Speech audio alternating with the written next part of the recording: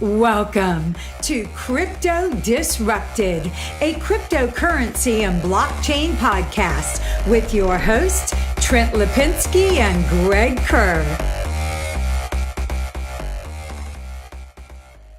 All right, welcome to Crypto Disrupted. I'm Greg Kerr. We got Trent Lipinski and Jay Hudes here today, gaming expert. Welcome, and glad you joined us today. Trent, kick us off. Tell us who and how you know Jay. Yeah, so I met Jay, gosh, it's almost been about 3 years now. And, we met on like some founder dating website or something. It was like, it was this kind of, I gotta say, it was a horrible website. It reminded me of like MySpace or something. And it was just like, it was this site that these guys built to try and connect founders. Like the intention was great. The initial implementation was a little iffy. It got better though. I do have to give them credit for that. And it did work because, I get this message from Jay and he's like, you got to come to Santa Cruz and you have to, come to my house and we need to meet and, I need to tell you what I'm working on. I'm like, all right. So I hop in my car, drive down Santa Cruz with my girlfriend and just show up at Jay's house. I'm like, I have no idea what to expect. And I'm like, I don't even know if we had talked on the phone I don't even remember exactly. I think it was just like pretty instant. Like I came to your house within like a week of meeting you. So I was just like, all right, let's, venture up the windy roads in Santa Cruz and just go, all right, let's see who this guy is. So I get there and it's basically like this Burning Man compound. I don't know how else to describe it. He had like the koi pond and what is that exactly? It's We had our aquaponic system. Yeah, you got an aquaponic system.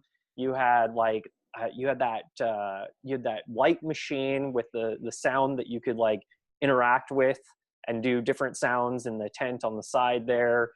There's chickens running around in the backyard, like this it's just a whole experience. So you're there now, Jay. So why don't you introduce yourself and kind of show us around a little bit since we're on video. Sure. So first off, it's a flotation center. Thank you for having me on the program. I really feel honored to be at the beginning stages of this incredible show that you're doing and great timing. And so I'm really honored to be part of that. And I remember when you came down also, you had talked about some things that were going on for you, right? Challenges and things like that. I said, well, come down. That was more of that. Because we have a flotation tank here, flotation center. And so that was one of the first things I think we stuck you in the tank. Wasn't that the first meeting you came down? You did the float? I didn't do the float. I did the deprivation pod for a little bit. You did the pod, that's right. Yeah. The sensory excellent. I didn't want to get wet. That's right. You did the and so what's happened though now is that we've actually stripped out almost all of that.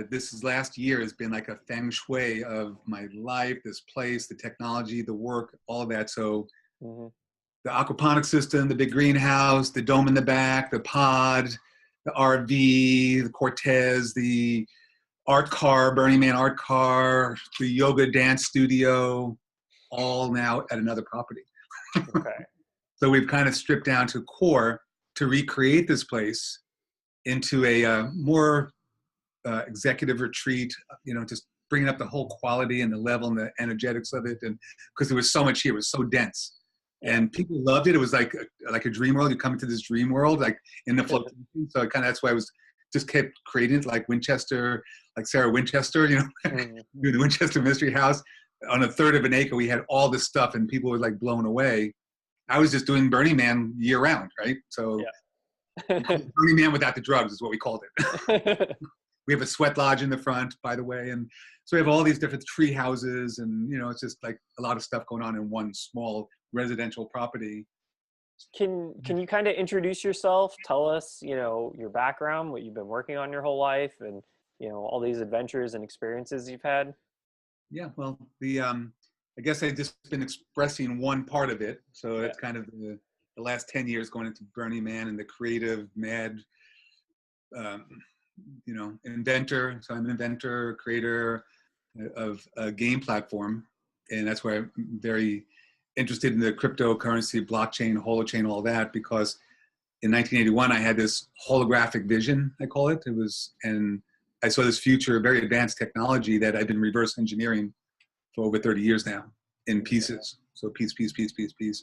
We're now doing the campaign to piece it together, P-E-A-C-E, piece it together, which is, for me, our pieces, but also finding all the other pieces that have been created and try to put it into one ecosystem platform of making a positive change in the world.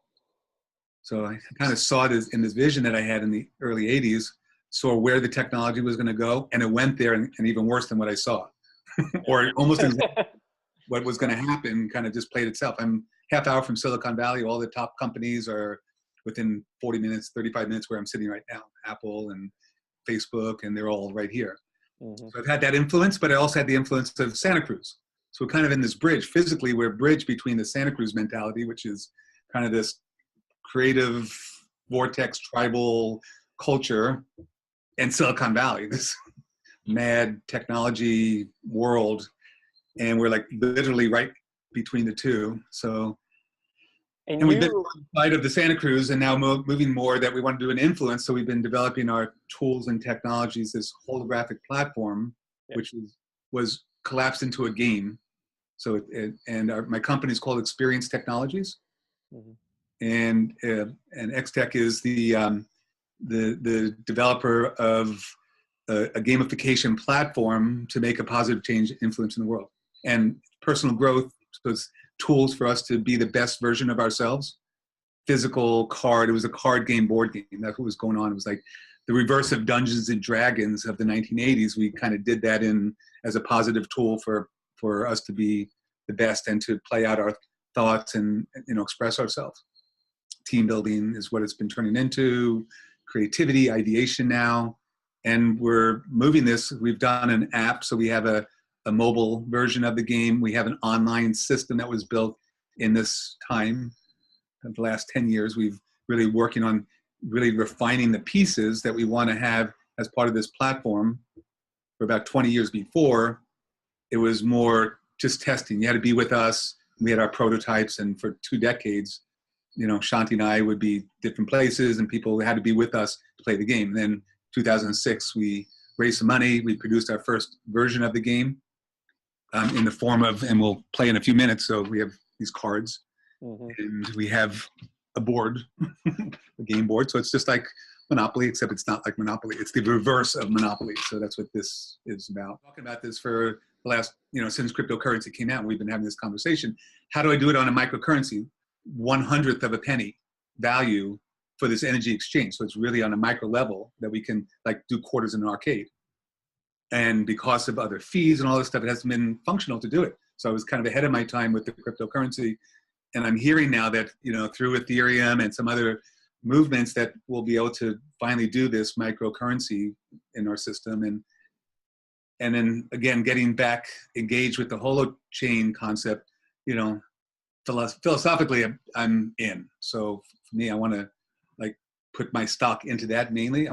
We need to raise some resources now. So we're out there to put this whole system. It's a big venture. So we need to do that. And I'm not sure if it's right away with the holo chain that we're able to do that, or we have to make a bridge to it. But so I'm interested in that, of how we're launching and fine tuning this system and using this instead of monopoly, having dollars. And at one point, monopoly was printing more money than the US government was. That's a fact. Look that up, right? At one point when they were at their height, because it was so popular. It was like the most popular game on the planet, and it is. And I believe it was intentionally done to program us into that framework of what monopoly does. And I believe we're kind of the antidote, especially when we add the economic piece to it. We can be like this antidote to what monopoly did to the world. Because monopoly was hijacked by James Darrow in the mid-30s during the Depression. He took a pure concept of the evils of capitalism, where it can go, and having a fair taxation system by this Quaker woman in the early 1900s. And this guy overlaid Atlantic City on it and put in one evil rule. there could only be one winner. That wasn't the deal before in the original Monopoly when it was called the landlord's game. So he kind of flipped the paradigm, and then the system went with it, and it became the most popular game on the planet. Everybody has played. We're all been programmed with Monopoly mind of, greed and all that stuff is embedded into it. So as a gamification specialist, how do we, so my whole thing was, how do we create a similar system, but on the positive flip of that? And it was obvious that cryptocurrency could be that, and then when the holochain was like, oh, that's holographic, and so part one of the answer is the micro cryptocurrency and having an economic exchange system, point system in our game that's real and has some value on a micro level.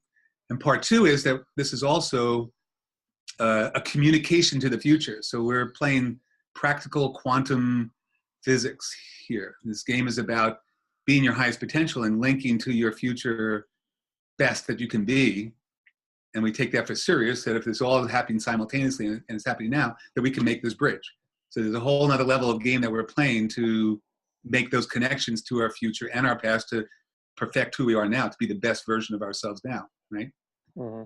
So the holochain or the blockchain, my understanding is we can embed our content of who we are and be able to give this key to the future of who we really are, not just who our kids interpret who we are, or grandkids, or they forget about us, we're gone. So now we can actually have this legacy, a long-term legacy to the future. When the blockchain came out and people explained it to you, I think you explained it to me. Yeah. There it is. It's done. Yeah, Thank you very much. It is a different approach to databasing at a level of these blocks. And what you can do is, and I like how you're exploring where your life's work and gamification and the blockchain can come together. It sounds like that this type of databasing will allow you to capture progress in time, where a lot of games you see the outcome, right? You see where you end up, but you can't really be diagnostic on how you got there. And this may offer you and your work a way to say, hey, not only can we get you to an outcome, but we can be diagnostic in how you got there. And that helps improve the game itself.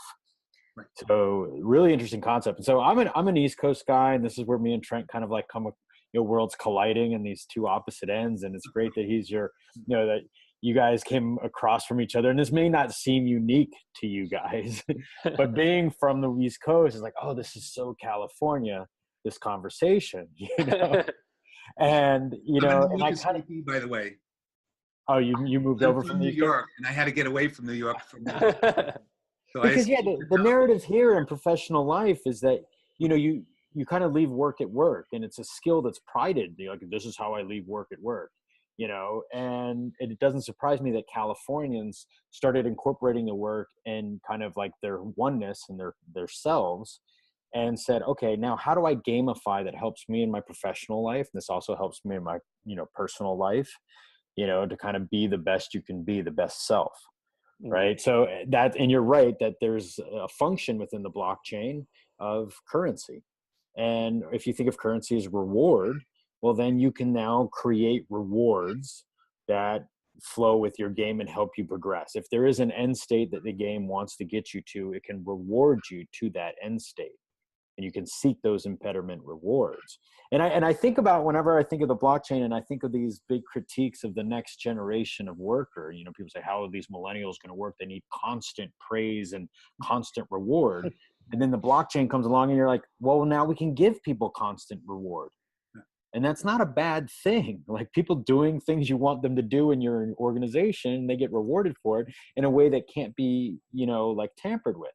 So thinking in terms of, say, like, if you're in a big company and, they do, like, I was a government employee, and I was so far behind on like learning how to do budgets. And there's all these, like, they make you do these professionalization courses, and I just was so uninterested in those. But had you made it a game and said, hey, go get your coin for doing the work we want, that tedious stuff you don't want to do, but you can do, and then that coin is going toward promotion too. You have enough coins, you can get promoted or something like that. So that's kind of where I'm seeing that the blockchain and games really walk hand in hand. and more specifically the cryptocurrency, because we can assign value. And every currency doesn't have to be on an exchange and be equal to dollars. You know, you can create internal, like we could all have a currency between us and it's never trade it, you know, but we want to like mark and measure our progress in a game between ourselves. Yeah. Then it's there. So yeah, there's a simplification where the value is just valued by those participating in this game, kind of like Monopoly money. Which, by the way, now I got to go research and find out if some grad student has done, you know, what Monopoly's impact on spreading capitalism. There's got to be, somebody's got to have written a good article on that. It's but there. Good connection. Yeah. Wow. I've written, I'll send you my article on it. I wrote it. Thanks. Yeah. That's great. So gamification. All right. So yeah, California, once and when, you know, we don't play games on the East Coast. Can I reframe that? Because gamification is kind of the catchphrase. It's taken on the buzzword, you know, more people now know what that is and has one notion. So gamification is more game elements. It's really competitive nature still. So it's been designed for incentive based and, you know, our game model. I don't know if you heard the book, Finite and Infinite Games, James Carsey. So if you haven't, you might want to look that up. And there's two types of games. There's finite games, which are most of the games played in this planet, in this world, you know, where they're finite, right? Win, lose, zero sum, win, lose, right? Those games, which could be anything. That's from Monopoly and chess and most of the board games, you know, the political games, war games. It's all this win-lose thing, right? And then there's another type of game that's played in the universe, and it's called the infinite game. It has a different purpose. It's not to have that end, you know, end run, literally, right? It's actually to continue the play. So I was trying to make the point about, you know, and this is always coming from my ingrained East Coast culture. And then as I'm an observer of the West Coast business culture, and I'm not shocked to see that you guys have taken kind of a holistic view on the person and then how this affects your personal relationships and your work performance. Where in the East Coast, we tend to like leave work at work and come home and then try to redefine ourselves. Right. But I was forced to do this. You know, I was working in Africa, got into some tight spots through some chaotic working environments. I was in Liberia for, you know, the Ebola outbreak. And me and my partner started seeing things as a game. Like we forced ourselves, like, hey, we got to put ourselves in an emotional vacuum and just hustle our way out of this chaos, you know? And that really kind of helped me see things like through that lens of a game, of situations of how they are, not how they should be. And a lot of times I feel like, you know, we get consumed on what life should be, what our lives should be, and what the work should be. Where the work, you know, just like, no, it's not that way. Then why concern yourself? Let's deal with reality. And I was able to see that when I started seeing life through the vision of a game. And then the actors are actors in a game, which really kind of sounds disingenuous. Like as I sometimes say it to people, like, hey, I see life as a game and, you know, I'm just trying to best, you know, win, or not just even win, but like navigate and get along. And, you know, and you're a player in that game with me, you know, and then just kind of like, I wanted, like, as long as you know me and that we're playing this game and I see you that way, we can have a more valuable relationship.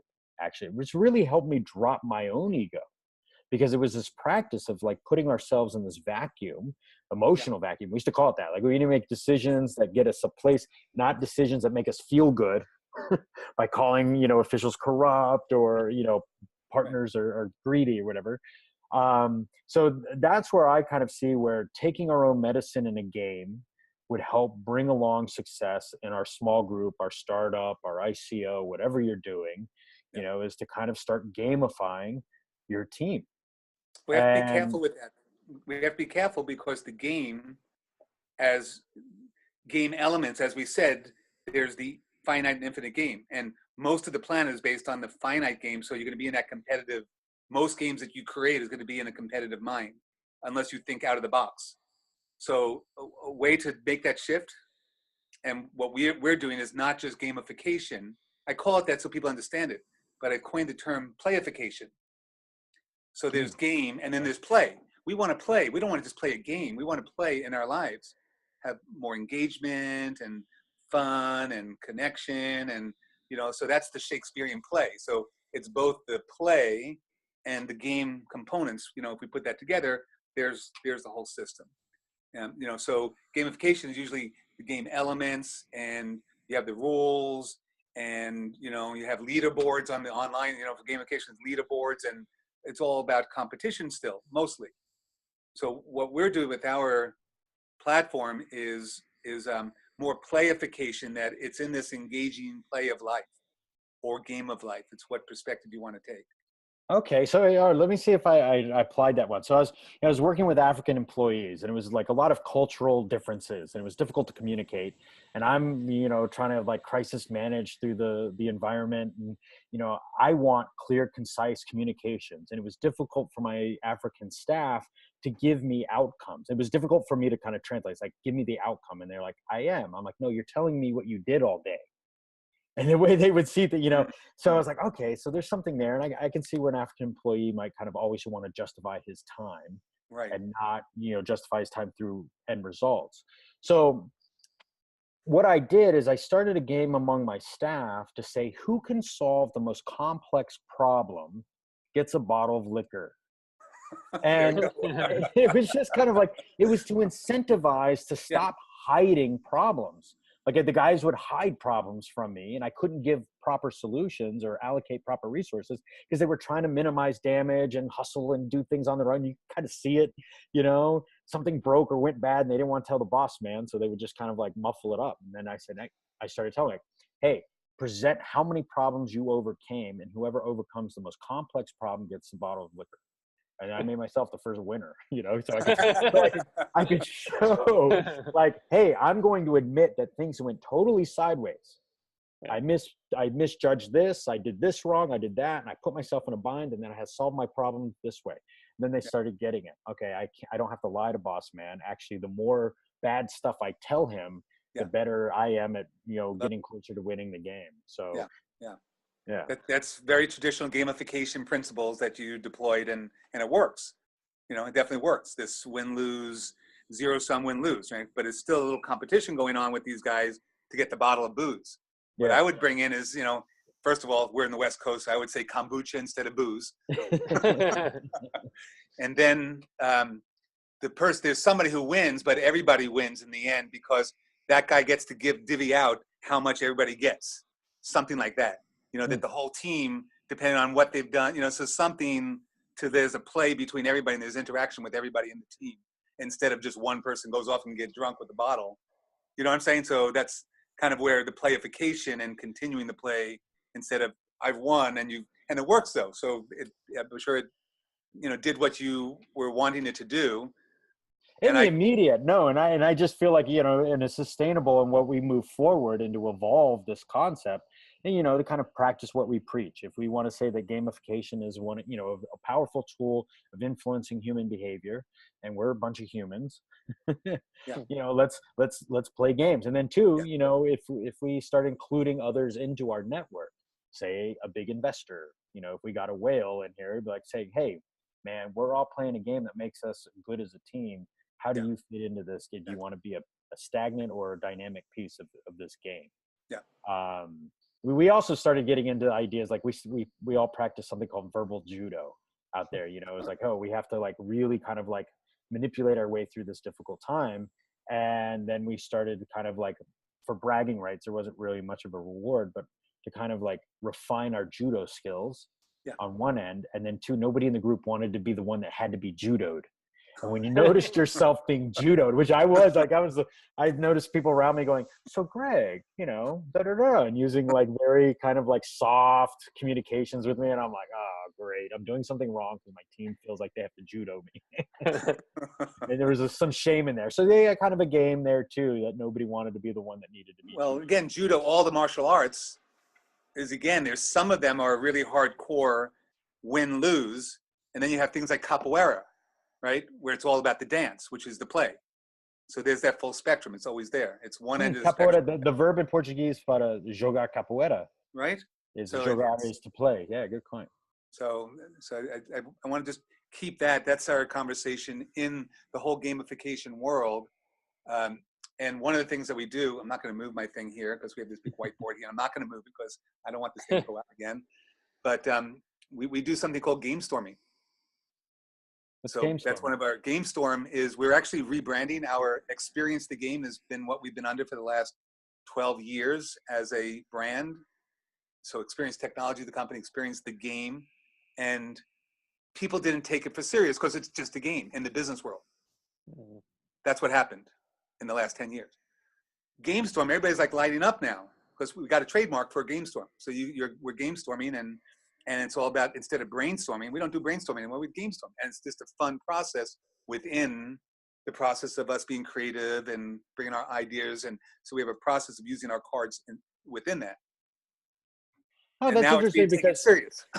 Because it's you know, not, when you talk about like soliciting information from a group, and you know, there's within the gender balance realm, there's this idea that okay, even when you get gender balanced teams, men tend to dominate with conversation because of physical presence and this, that, and the other. So how do you elicit that information from women or somebody that has a valid perspective but might not have that influence in that group? So you're saying you have a game that kind of like pulls that information out and kind of using fun and So evens this the is a playing field. perfect segue. So Yeah. I think we should play the game. Yeah. This is So we're even. good point. So just to finish off on that thought, though, it evens the playing field. Yeah. So somebody who is like a driver could be put back in their place within the game that he's outbursted too much, or she, mostly he, and so goes to isolation, can't talk anymore. Where somebody who's usually behind the scenes, they're drawn out because they now have a stage that they can communicate and say what they're feeling, and it's okay. So and we do that again. We have different tools and elements, and we're not going to use all of them today. But we have the destiny dice. We usually roll to see who goes first. In this game, the lowest one, closest to 1 wins. And then we have a sands of time that we use in corporate environment. When I'm playing with friends and we have plenty of time, we don't use the timer. It goes down. But when we're on the clock, then we have an 88-second timer that you can use, and we call it the sands of time. We have a game board, which we could be playing on. We don't have to. We have we have multiple versions of this game board. I did 8 generations of it over the last 30 years. So this is just one, the most recent derivation. We call it the pocket portal. And the idea is that you can create an environment, a portal, anywhere you go. So you open up the game board, boom, you got a portal. And now people can be connecting, whether it's 2 people or a whole group of people around the game board. But the core of it is the cards. Is the content. It's really card. We don't need cards, right? So we have cards, a deck of cards, and we don't need this. This could be online, it could be virtual, digital, and we call them cards, but they're screens and so on. So we have 3 decks. So we do what we call triangulation. It's a triangulation of consciousness and of meaning. So the game is about deriving meaning. What can we pull out from our intention? So it's a game of intention. And we start the game with what's your intention. So that's what I'm going to ask Greg to think about what that is right now. And even though you're not here, it still works because consciousness is all connected, right? So, and again, this might be the West Coast to the East Coast. That sounds like woo-woo and out there, but it really works. And that's where we blow people's circuits sometimes because they sit down and woo-woo is woo-woo. And then all of a sudden they're looking at it and they go, holy shit, inside. They don't even say it. You can see them and then a lot of times they open up. Because it is new to see the synchronicities of life in a quick reflection. So 3 decks of cards. We have Life Circle, which is the intention that we're setting. And then there's a stage that opens up. So these cards have all different kinds of images and positive and negative images and colors. And there's a title and a test because it's a scene, like a scene in a movie. Think about that in the virtual. That's where we're going with it now. But right now they're boiled down to a flattened down physical card. So that's deck 1. And then we have relation cards, which has yin yang sign on it. And these are either you have what we call empowerment words at the bottom of the deck. There's a dream card, right, with an image to it. Or it could be a warning sign.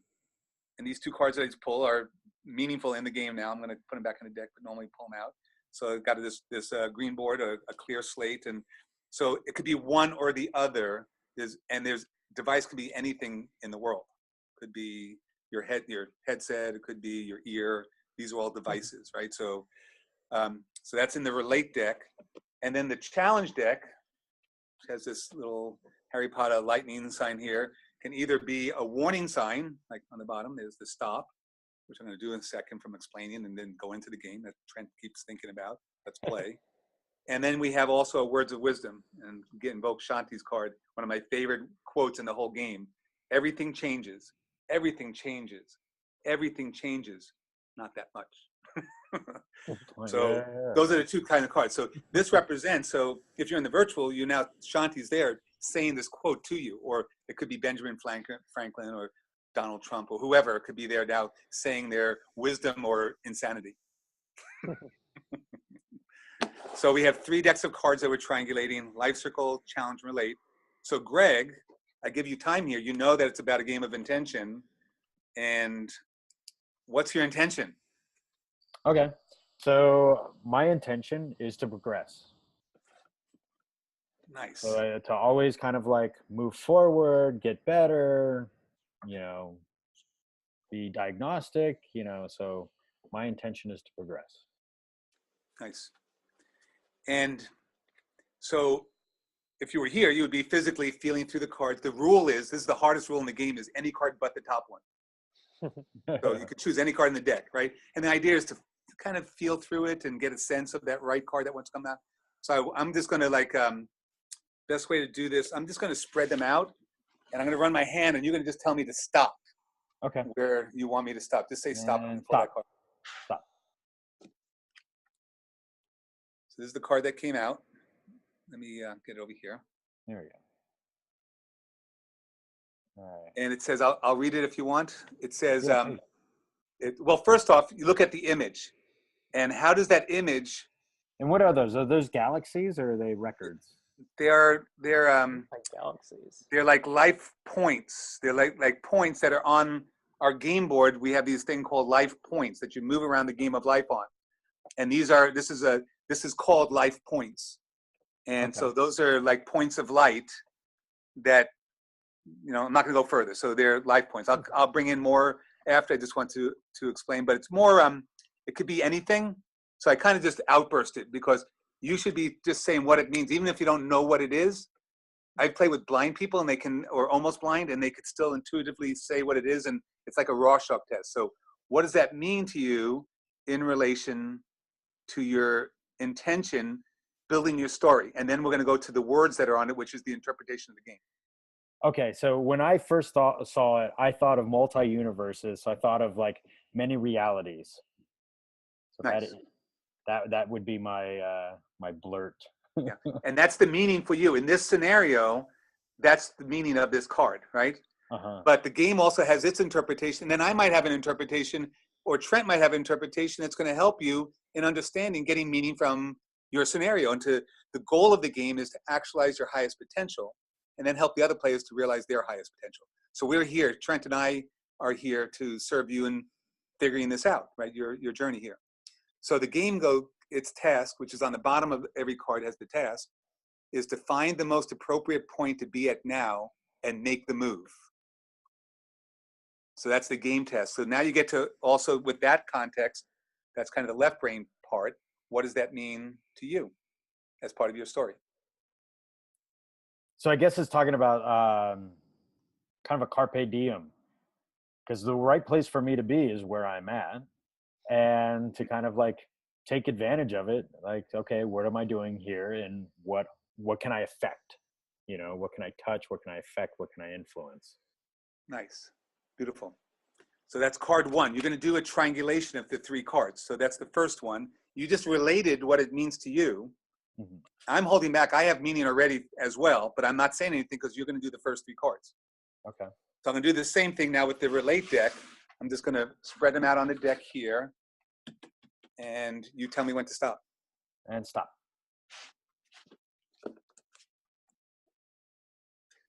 Huh. Very interesting. Okay. I see a movie reel. That's what it is. All right. So now your job as a player, as an infinite player in this game, is to figure out what that means as part of your story. Your intention to this card now, fit it in there somehow. Oh, that's easy because, yeah, I feel like the role of humanity is to document. And film is a great way of documenting reality, or at least our perspective, and to kind of like, once again, be diagnostic through that documentation. So I totally see where that fits in, that multi-universe. Perfect. Third card is our challenge deck. So now there's a little different special nature to the challenge deck. Has two different kind of cards inside of it, either a words of wisdom or warning sign. If you get a words of wisdom, the challenge that you're about to make, either to yourself or to the scenario or to Trent or to me or the universe or God, you can challenge anything in the universe, right? But you're making a very clear challenge to something as part of your scenario. And then you can either get a words of wisdom, which is plussing it forward, or a warning sign that you need to own that or reframe that challenge. So what's the challenge in this scenario? And stop. First, you first state what the challenge is. Not a divination where it's going to tell you. This one, it's interactive. So what is the challenge in this scenario? So I have to challenge an entity. Anything. Or yourself, or the scenario, or life, or whatever. Or just acknowledge a challenge that's in this scenario. Okay, and all right. So the challenge is then, once again, is to document this multiverse, that I see, and we're doing a podcast. So I kind of feel like we are, in ways, documenting what I'm trying to accomplish. So I'm going to throw the challenge into this podcast and say, we're going to continue to create and document through this podcast. Nice. So again, tell me when you want me to stop. There we go. It's got a warning sign, so it flipped back to you. So the universe said you need to own that. So the challenge that you made kind of comes back to you. And then you get to interpret, what does the dip mean as part of that? So the dip, usually, with any verb that makes you go low, I'm going to think of humility. So maybe that's where I got to kind of get on and say, okay, if my challenging goal is to pursue this endeavor of documentation through this podcast, then I need to be humble and probably take on a lot of the tasks required to make it come to fruition. Nice. Beautiful. Thank you. So now that you've set the stage, and as you go along, as we do this process, you can come back in and still, I got a question. Question is more like a relate, or I want to relate in something, or I want to make a challenge. I want to, this point that you brought up, Jay or Trent, I want to challenge this notion or whatever. And then you can pull a challenge card. So you can continue, but usually now the other players, which is Trent and myself, can add to the story, either with a relate or a challenge. So I'm gonna give it up to Trent. If you have something hanging there, do you have something you want to add in? I always have something. So I'd like to relate to the dip there. In the relate deck, you already have something to say, and that's the higher order of the game, is to see the synchronicity. So say what you want and then pull the card and see how that fits in. But if you want to relate, but you're not sure what it is, you can do that as well. And I'm going to pull a card and then talk through the card. The challenge is a little different, where you have to make the challenge first and get the feedback loop. So what's your relate? I relate because, I myself am trying to document as well. And, there is a level of humbleness involved in that. And there's both road bumps and there's also dips in the road as well. And you kind of have to be able to learn how to manage both. So that's, something I've been experiencing in my life. Greg's also been experiencing it, and, then it's all kind of coming together with what we're doing with this podcast, what we're doing with Crypto Disrupted, and this very conversation that we're having right now. So I relate to that synchronicity. Cool. So again, tell me when to stop. Stop.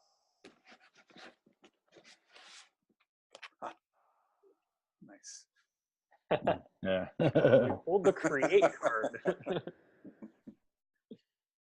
What does that mean? So you get to say what it is first, and then the person who's on stage which is Greg, he'll also be able to interpret it, but you get the first interpretation. What does that mean? It means to create. It means to do something new, do something different.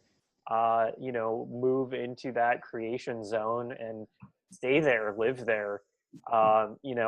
Personally for me, I've come in and out of my creation phases. I've had phases where like I create a lot and then I just totally back out and like withdraw from the world. So, I see myself coming into a create phase right now, and I want to ultimately figure out how can I just stay in the creation phase and live there, because I really like the creation phase. Nice. And how about you, Greg? What does that mean for you?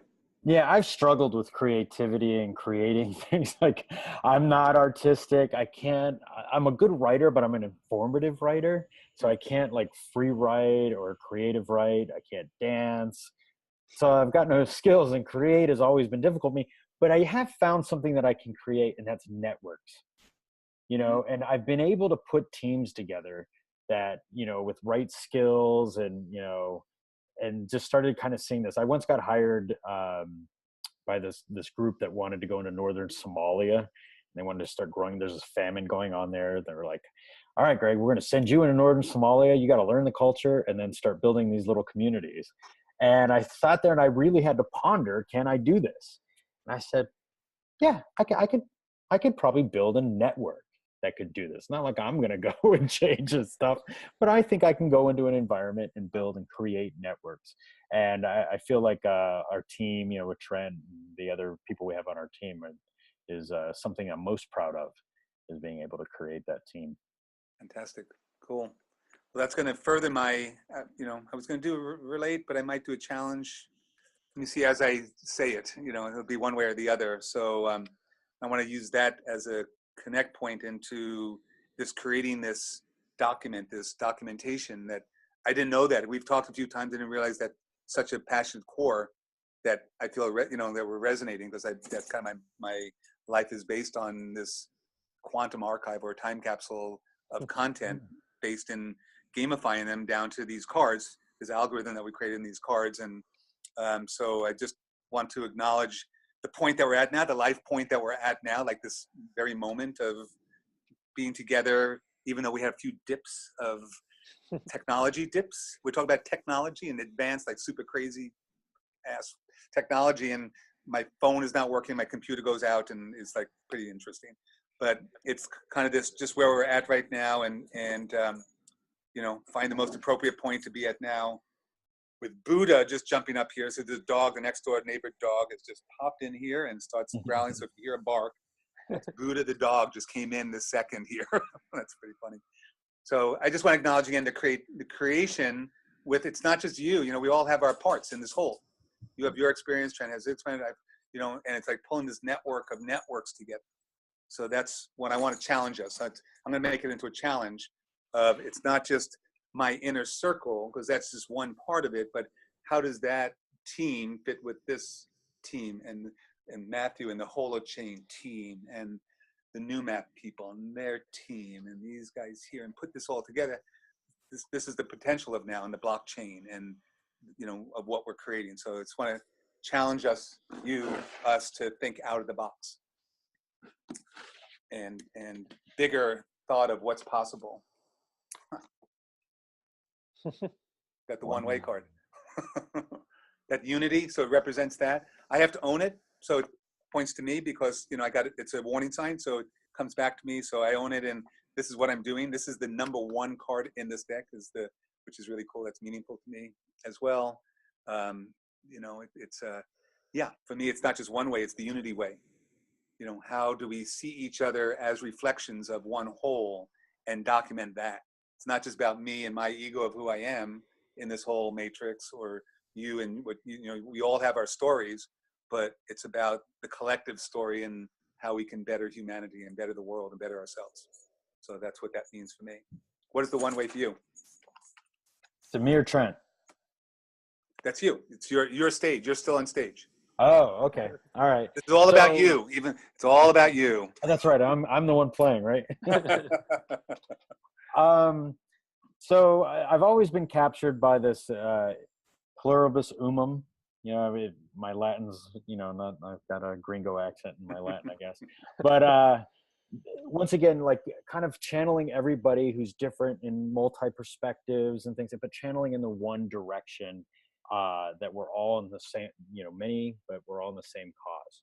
And if we had to relate it to the blockchain, I think that's where we can best organize human behavior to, like we said, our stated goal is to reverse climate change, clean up the environment. Well, how are we going to do it? We have to use the economic systems to get everybody on the same page. And that's where these technologies are coming in. So I really identify with that, to say that this is a way to kind of pivot human behavior in the same direction, in a healthy direction. Yeah, an exciting place to be right now, that this potential with the technology finally catching up and the world in the state that it's in, there's such a need now for it, like more than ever. I guess it's always been there, but now it's like really dramatic. And, we can even see the potential of us not being here, right? This whole world of us destroying everything. That potential is there on that level. And it's also the potential for us to create heaven on earth. So, I guess that's a relate. I could have taken that as an outburst, but I'm going to do that as my relate in here, is that's kind of our choice of this point that we're at in time. And that's where the dip comes in, huge ass dip that we're in right now. Right. And so in this movie of life and this co-creation that we're doing. So, what are we doing with it? What are we doing with our lives and our technology? What's the purpose of it? I just got the invention card. What are we inventing or reinventing or, and I love this card. The image that I used was, there's a lot of stellar images, and this one is like, it's like a keyhole, so this invention, which is coming from within. It's like a inner vention coming out, venting out, so that's for me what invention is, that what we all have within us to vent into this manifested world. So that's what I see from this card right now. How about you? What's invention mean for you? So I'm not clever enough to invent anything. I'm more of I would see myself as a, what do you call it? Someone who can plagiarize well. Maybe, I don't know if that's. We all do that. That's all invention is plagiarization. We're plagiarizing nature all the time. And that's where, when people, I don't know if it's like an enlightenment stage or what, when I sit there and be like, I can't recreate, everything's kind of been created in humanity. I'm nothing really that special, but if I have one superhero, it's that I can kind of spin things in a certain direction. I don't know, maybe, and some people call that leadership, I guess, but but yeah, it's just kind of like repackaging for this moment the things greater people have already done. And if I feel like humanity's purpose here is to document, then I'm also a student of humanity's documentation. So I do read a lot of history. I study, like last year I did this like personal study on cities, to kind of see how cities are formed and how they function and operate and stuff like that. So maybe my invention is true plagiarism of what's already been done and just trying to, progress it once again further. Yep. So I'm going to still riff on the inventions. We haven't closed that card. So Trent, if you have something, just 1 second, I just want to just do the further invention that you are inventing or reinventing. We're all doing that all the time. It's just part of nature, consciousness, right? We're constantly recycling and reinventing. And, so I would love to know, you can say it now if you have it, because you mentioned superhero, and I want to make a bridge to us stepping up inside that virtual world and who your character is. Because right now you're just Greg, and you brought in your super character. So what would that be if you could recreate from all of this and what you're doing? What's that character look like? Oh, Who is it? It's very unsexy bureaucrat with a cape, and and I come in and I was raised in the biggest like conglomerate on the planet, the United States Department of Defense. So I know bureaucracies. I know how systems like operate, or at least I think I do, and so I also know the power of them. It's a very, very powerful organization because it's so organized. And it runs off orders, and a lot of the world is subject to its whims and desires. So yeah, my superhero is behind a desk, understanding compartments and bureaucracy and organization and how that impacts humans and how we think and work, and and accomplish things. What do you call them? You know, there's Superman's already taken, Batman's taken. Once again, it has to be a boring name because it's got to. Again, I've actually used this. I'm the super bureaucrat. You know, Bureaucrat. It's just a supercrat. So Supercrat. I've There got we an go. You're a supercrat. You heard it here. You heard it here first. The invention of supercrat just got created here, and I want to see it in virtual reality within the next few months. That's going to be a challenge that we're going to have that character created inside of our virtual world. Supercrat. There we go. All brown and boring. I've got an outburst here. So, you know, for me, invention, you know, and what Greg was just saying, maybe this is a relate or not, I don't know. But, you know, what Greg was just saying was, you know, he's experienced these systems, he's got to be around these systems. And, you know, ultimately where we're at right now is we get to create new systems with the blockchain. That's why I'm excited about blockchain technology. That's why I'm excited about things like Holochain. That's why I'm excited about all of these new, you know, innovations that are taking place right now, is because for the first time in a very long time, we have an opportunity at this very moment to change the systems of how this world function. And we get to do it with code. So, you know, and we get to do it in a way that's decentralized, that's distributed, so that no one else can come in and say, oh, you can't do it that way. You get to reform the idea of what a regulation is. You get to reform the idea of what economies are. You get to actually reform and reinvent what value means. Because we've been living in this society for so long now where, you know, we value things with money and everything's about money, money, money, money, money. But at the end of the day, life is not about money. Life is about connection. Life is about family. Life is about all these other experiences. Money is just this vehicle that we created to try to achieve some of these things, but it's not fully necessary to actually have the experiences you want to have. So we have the opportunity to invent new systems that actually encourage better experiences and use technology for good instead of evil. So, you know, I look at things like Facebook, and I look at you know, the gamification and, you know, some of the, you know, dopamine rushes you get from playing these games. I mean, it's like walking into a casino every time you open up your Facebook app or your Twitter app or whatever. You know, all these apps that are, you know, optimized for engagement. Well, screw engagement. I want connection. I want apps that are optimized for giving me a better life experience, not just to give me a dopamine rush so I keep using your stupid app. I want something that actually, you know, connects people together and has the kind of experiences that we're having right now. So invention to me is, you know, being able to invent and create those systems. And that's why I wanted to have you on this podcast, Jay, so that we could show people that, you know, it's really just as simple as, you know, creating this triangulation of different elements of consciousness. And it's as simple as relating, challenging, and setting an intention and figuring out, you know, what those things are, and then implementing those concepts into your application, implementing those concepts into your community, into your social network. So now you're creating value for people instead of being focused on ad revenue, instead of being focused on all those other, you know, gamified things that are, you know, have unfortunately been used not with the best of intentions. So, you know, we've got a chance to build distributed and decentralized technology that the powers that be can't stop. So we get to invent, we finally have the tools to build something that, you know, the man can't come by and say, you can't use this anymore, or changes it and does something different than what its original intention was, which happens all the time. I see that with startups all the time. They start out with this really great intention. They invent this new technology. It gets bought by someone bigger and they use it for evil. And with crypto, with blockchain, we can end that cycle.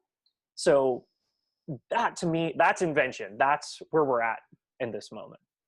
Cool. I'm going to suggest it wasn't really an outburst. You were doing a relate. You want to save your outburst because you want to get 3 of them, and you're put into isolation. You can't talk anymore. And there's a reason strategically to hold your, you know, your outburst. So why don't you tell me when to stop? Stop. Huh. Nice. It's a napkin? Like a napkin idea. Yeah. No, okay. Right. Yeah. I'm seeing the synchronicity here of our all of our selections. So we went from invention to napkin and a napkin sketch of jotting down ideas.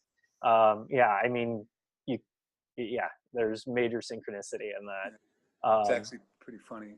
Yeah. The website. Literally what we were just talking about. I mean, you've got the UI UX elements there of, you know, building an application and creating that interface and how people interact with it. So, I mean, that's exactly what I was just talking about is, you know, we're at a point right now where we get to redefine, we get to rebuild, we get to reinvent, we get to create new software that doesn't have the limitations of centralization. So we now have a freedom that's, you know, inherent within the nature of decentralization and distribution to be able to create new systems that aren't centralized. So now there's no one at the top of the pyramid telling everyone else what to do. So you can create, you know, organizational structures that are flat, that are horizontal, that, you know, function in different ways, that create value in different ways, and that create different systems to solve different problems. Because using the same system to solve every problem is just insane. Every problem has a different solution, and some problems have multiple solutions, and sometimes those solutions are evil and sometimes those solutions are good, and a lot of the times the evil ones are profitable. So, you know, now we've got a way to actually reshape people's values and start choosing the good ones, and start selecting, hey, we're going to value the good instead of the evil, and we're going to find a way to create profit by incentivizing people to do the right thing. So we can take games and we can take gamification and we can do amazing things with it, from being able to give someone a voice who didn't have one before to being able to organize people and bring them closer together. And in doing so, you know, that, you know, like when we pulled the one-way card earlier, I was like, there's only one way to do that. And that, you know, to do everything that we're talking about, and that's to bring people together. Because we have to figure out, how do we organize our communities? How do we organize our networks? How do we organize our teams? How do we get people to move in a single direction towards an objective or a goal or an intention? And you can actually use the blockchain to do that because you have a record of everything that everyone's doing. And you can look at that record and analyze, here's where we're making mistakes. Here's where, you know, we veered off our path. You know, did we find something useful there? Maybe, maybe not. If we did, then cool, let's note it and let's, you know, implement that. If we didn't, you know, let's go back to our original intention and continue to move forward. Analytics for, I'm going to take an outburst. So I am doing an outburst. Go ahead. It's analytics for personal growth, Yeah. analytics for personal development, you know, for coming up with solutions. So the analytics, instead of analytics for what we know it's used for now, 99.9% of the time. So flipping around the notion of how we can use this analytics in our lives to perfect ourselves and see where we're off, where the dips are and where our flaws are, and, you know, where we're at our best, and getting that feedback and be able to track that over the course of our life. I also see this too, like companies are going to adopt the blockchain for internal governance as well, because the human behavior has to be documented and then monetized, or kind of like tokened.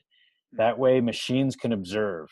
So, you know, all these big companies are going to put their HR in this, and then machines are going to say, oh, this is why things work more efficiently. And it's going to be, you know, the relevant companies of the future are going to have internal blockchain systems and computers optimizing the human dynamics, because they're being observed by computers for efficiency's sake.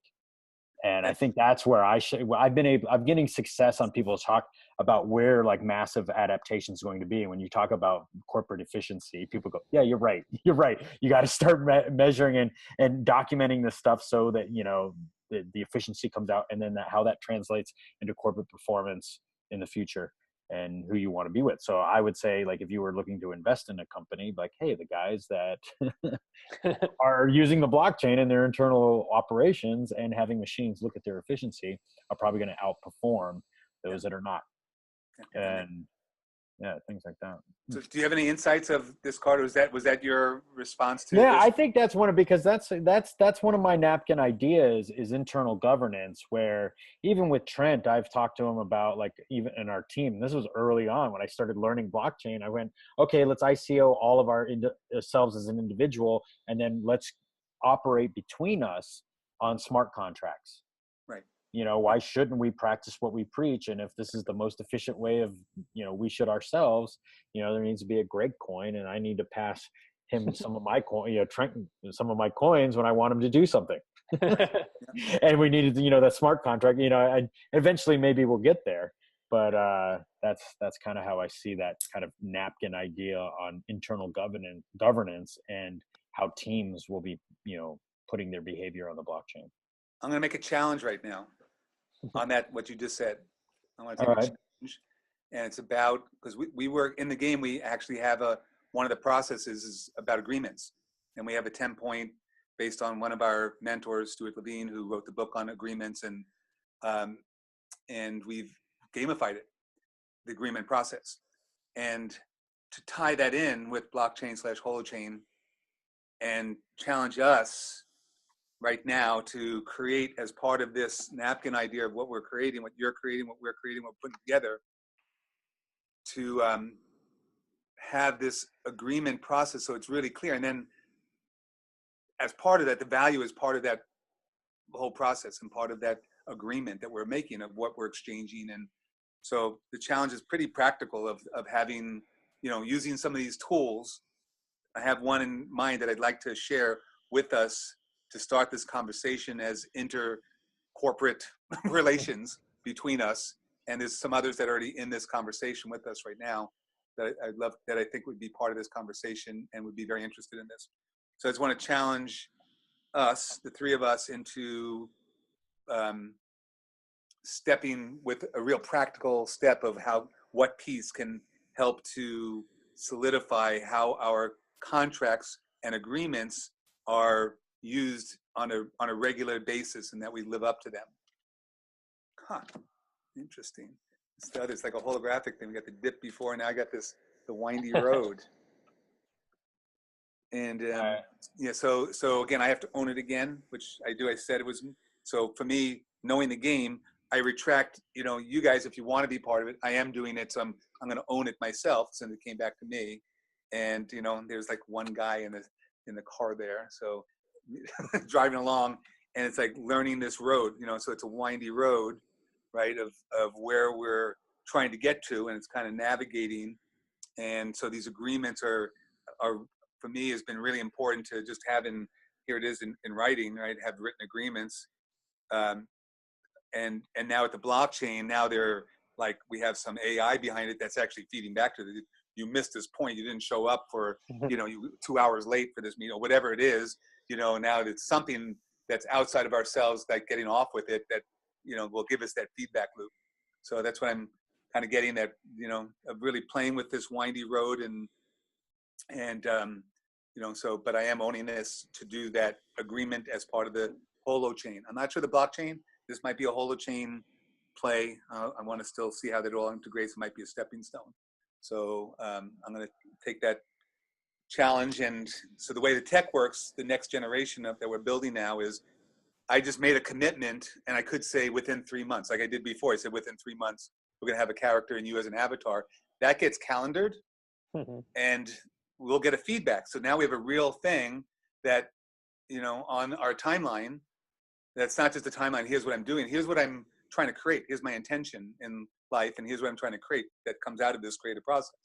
And so now it's timeline, and I could see if I come up to 3 months from now and I didn't do that, I either couldn't get an extension. I'm going to renegotiate our contract. That's okay.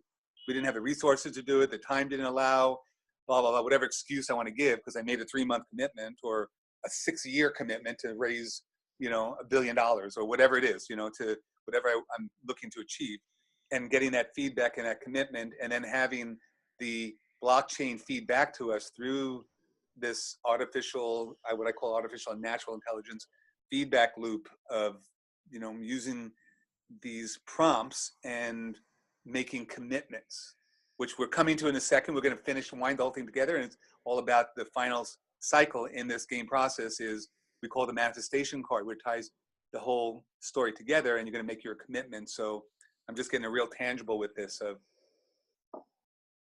I'm making a commitment to do it right now, and time-wise, within the year. So by next year at this time, and we'll know from the documentation of here, I want to have this as a date that we have agreements that are in place, active, with some AI behind it that will help us to feedback with our app, our experience app. So I'm making that commitment now.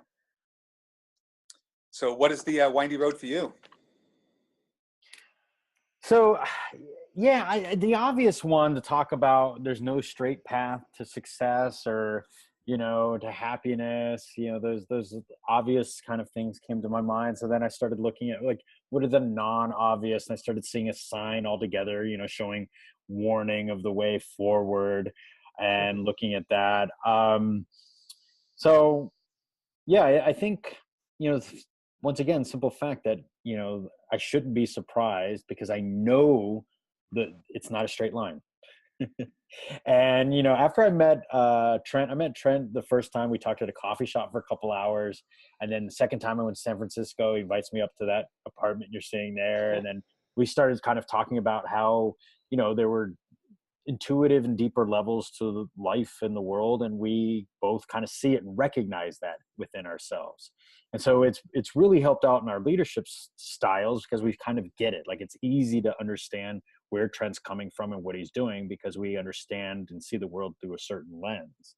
So I would love to play this game with everybody on our team. I really felt like it was a neutral territory to speak ideas and like kind of take in, what do you call it? Like stimuli, the card, the concept, and then talk about it and then build off each other in that same realm. Yeah. I think it's just like easy and natural for Trent and I, but there's others on my team I would absolutely love. And then there's other teams I would like to watch go through this. Yeah. Where this gets really interesting. Again, I'm doing technically an outburst. That you can create your own cards. So this is our cards. We kind of created a universal deck that works for anybody. But we can customize this for any environment, corporate, organization, religion, any brand, anything can have their own deck of cards using our algorithm of how they come together as this triangulation and have it on multiple platforms, so it could be in multiple transmedia applications. I could see hiring managers playing this game with candidates or new employees to kind of start seeing and understanding kind of how they think and how they interact with other people, how they do with like abstract concepts and on the, quick thinking. HR in the box. And we call it HR in the box and also coach in a pocket. Yeah. Because, could you imagine, this is what I was going to say, I just conjured up. Could you imagine like the Oval Office playing this game? That way, it'd be fun to watch to see your leaders kind of like get like things thrown at them. I envisioned originally also the things they want to hear, but I actually envisioned when I first created the game, like the first year I saw this being played at the UN. In the round table, right? They call it the round table. And I had this whole idea of this whole dome. They have the dome there and everything. And I got to do that. I met somebody at the UN and I ended up playing there. There wasn't with everybody there, but I've already fulfilled that part of it that I played at the UN and met with one of the secretaries and it was an incredible moment of that of manifestation. So the White House is a new one for me. I would love to do that.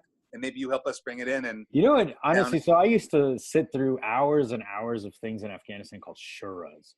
And you just like a bunch of village elders sitting around and we talk about everything and drink really, really sugary tea, like I always had to go to the bathroom, and they were, but I could imagine with like a rural Afghan elder and a good interpreter, this would be an interesting game to kind of understand, like the desires and inner thinking of, foreign cultures and maybe even work toward the de-escalation of conflict where you're, kind of saying, that's hey, the highest order of the game. That's the most important piece that I see, that's what we call piece it together, is having those dialogues and conversations. But instead of the whiteboard, he wouldn't understand this. He'll have a goat. That's the goat card.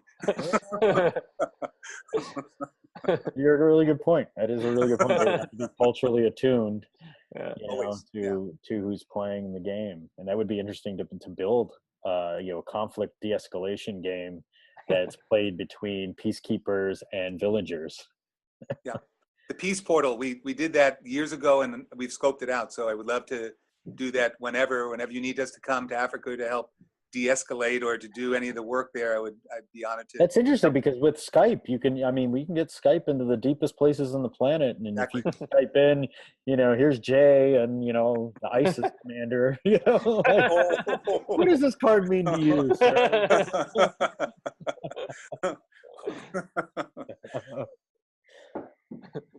As long as I don't play the Trump card, Yeah. we're not going there. So Jay, can you kind of like wrap up the game a little bit with us? Yeah, let's finish it. We've been all outbursting. This is a group outburst that's happened just now. So I'll take it as that. So it counts, it neutralizes the outburst factor there. So Greg, you have one last card to pull the whole thing together. Like I said, this is having to do with any commitments, any salient points. We've kind of had a big journey here, but kind of the most important things that you want to journal and remember. And I put down 2 points that I need to remember of timeline pieces that I've now committed to. And then you're going to pull one more life circle card that is kind of the container now. We have intention at the beginning. And this is, we call this the grand finale. So this one, you can just start saying what you want, or I can pull the card. You can see it first, or you can say some things. I'll pull it, and you'll have your final. Okay. Ah, crazy. Is that a passport? It's a passport. It's actually a global community experience. Pledge your allegiance to your global citizenship and earn a stamp in your GCX passport. So this is just one of the, what I was just talking to about the UN version. This is one of the tools in that one. And I promise you, everybody, this is the only one in this whole deck here. So it's not stacked. It's not rigged. That's so cool. I love it.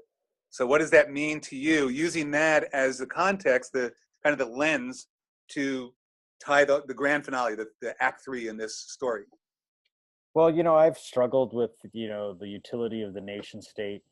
I've risked my life for a nation state, for that whole construct. And I really, you know, spent a lot of my time in life, like looking at the world through that. And then now as I kind of go through life and I sit there and I'm like, oh, this makes about as much sense as when I heard the Crips and Bloods.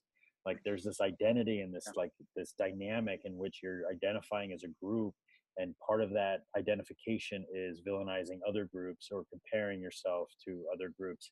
And what, you know, leaving the world of war and conflict and getting into, you know, the cooperative world of sub-Saharan African electricity, or I don't know how to just characterize that as cooperative, but but kind of seeing myself outside of the nation state construct and feeling like a global citizen and not having, you know, and maybe this is a thing where I kind of felt colonial sometimes, being in Africa as a white man, you know, running around the bush and kind of feeling like this cheesy stereotype, but, you know, kind of like really feeling a part of that community and saying, no, I am part of the African community because I don't see myself as an American, you know, but there's people in California that have technology that can help, you know, the people that are in the same species, same family, group, tribe, however you want to do it. And, you know, we're all just kind of in the same community. Passports are a very tangible, like, relic of the nation state construct of how we, you know, see borders, see in-group, out-group, and a lot of division. So, you know, sometimes when I see a passport, it just always, especially, you know, when you're in an airport and you start looking at the EU passport and the Canadian and a tie, you know, you see all these different passports and it's like really tied to identity and a divisive factor. So yeah, that is a powerful card for me, the passport. I'm gonna take my final outburst here, and because now that all the grand finale is there, you don't pull any more challenge or relate. So that's why you want to strategically hold your outburst for that point. So I've already got 2. So this is my last one in this play, and so this passport is reframing that from having borders to being more universal, and that we all have different experiences and cultures that we want to share. The more that we share, the more we've gamified that. So you're getting points and earning by representing and documenting culture and getting your stamp, and then being able to use that as part of who you are as a passport holder. So that's kind of how we reframe that notion of a passport to separate us. This one is more to connect us and inspire us as a tool. So that's my outburst. Global community experience. You could also write the passport system to the blockchain. Just gonna throw that in there. You could seriously create a passport system. You could take Social Security and put it on the blockchain. You could even move taxes to the blockchain and pay your taxes with smart contracts. That's the future we're looking at here. And that's what this technology enables, is being able to, still have a system where you can track a passport, but then also then have the freedom and flexibility of not having to go through customs because they know exactly who you are. They know exactly what you've done. They've got that record. They know, on some level it's a little creepy and, maybe, you don't want them to know everything you've done, but, at least knowing that, hey, I went from this country to that country, I experienced these different things, being able to write that information in the blockchain, being able to have that official record and be able to create that governance system around that and then modify it so that it's not as crazy as the systems we have today. The systems we have today are no one likes going through security at the airport or customs or dealing with any of that and the 20 questions. Well, the blockchain gets rid of those 20 questions.